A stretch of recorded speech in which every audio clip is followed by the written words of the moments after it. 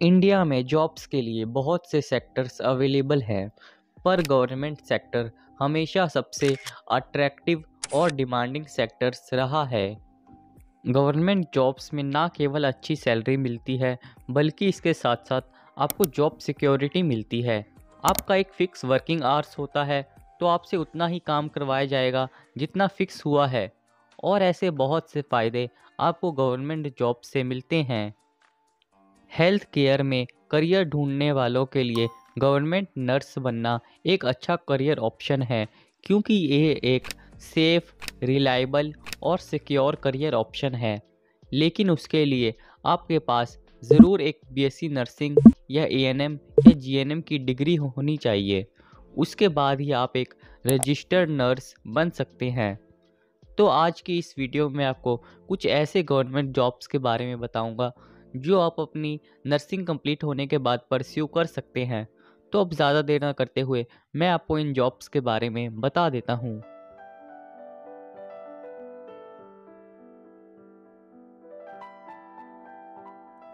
First है AIIMS nursing jobs. हर साल AIIMS नॉर्सेट exam conduct करवाता है।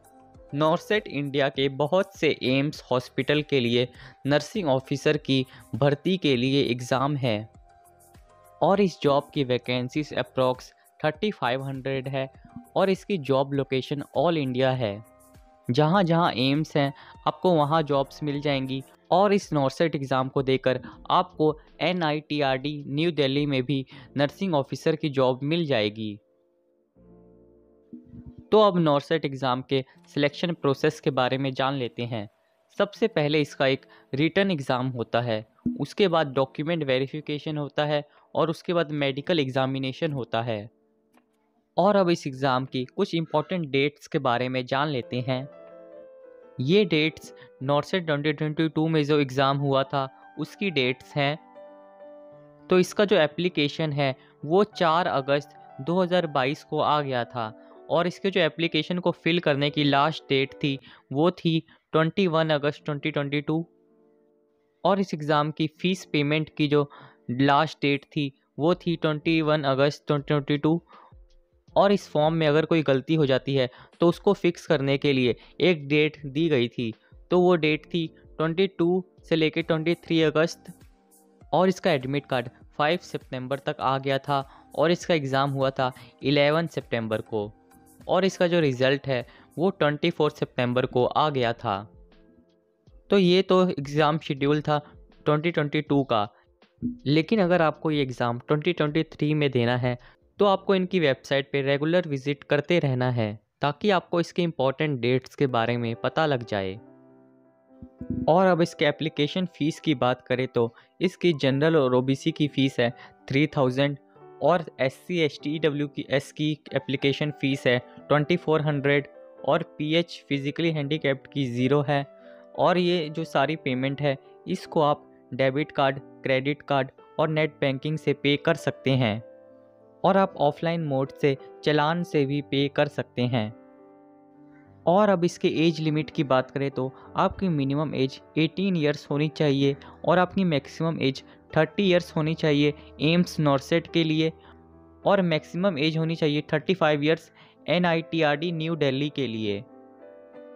और अब नॉर्सेट एग्ज़ाम की एलिजिबिलिटी क्राइटेरिया की बात करें तो इसकी एम्स के लिए एलिजिबिलिटी क्राइटेरिया अलग है, और NITRD न्यू दिल्ली के लिए अलग है। तो हम पहले एम्स की एलिजिबिलिटी क्राइटेरिया देखते हैं। आपने BSc नर्सिंग किया हो और आप एज ए नर्स रजिस्टर्ड होने चाहिए विद स्टेट और इंडियन नर्सिंग काउंसिल, या आपने डिप्लोमा किया हो GNM में और आप रजिस्टर्ड हो एज ए नर्स और midwife in state and nursing council with 2 years experience in 50 bedded hospital. आपके पास 2 इयर्स का एक्सपीरियंस होना चाहिए। और अब NITRD न्यू दिल्ली की एलिजिबिलिटी क्राइटेरिया को देखते हैं।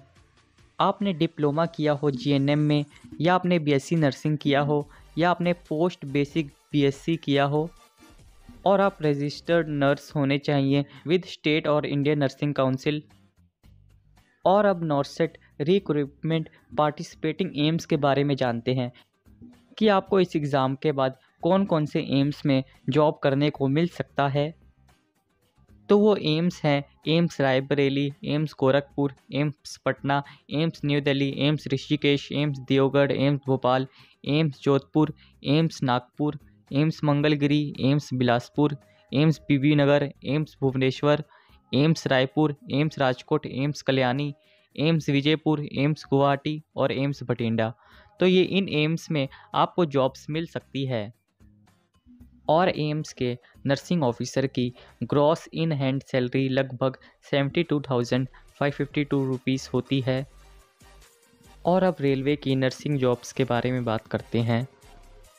Railway recruitment board RRB staff nurse recruitment के लिए एग्ज़ाम कंडक्ट करवाता है और इसमें वैकेंसीज लगभग 1937 है और इसका जो एग्ज़ाम होता है वो ऑनलाइन होता है। और यहाँ वैकेंसीज पोजीशंस की जानकारी दी गई है कि कहाँ कहाँ कितनी वैकेंसीज हैं। आप इसको पॉज करके पढ़ सकते हैं।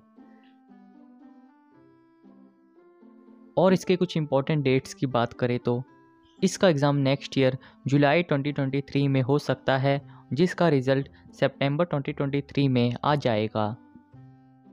और इस एग्ज़ाम को देने के लिए कौन कौन सी क्वालिफ़िकेशंस होने चाहिए, अब उसके बारे में बात करते हैं। आपके पास नर्स और मिडवाइफ का सर्टिफिकेट होना चाहिए।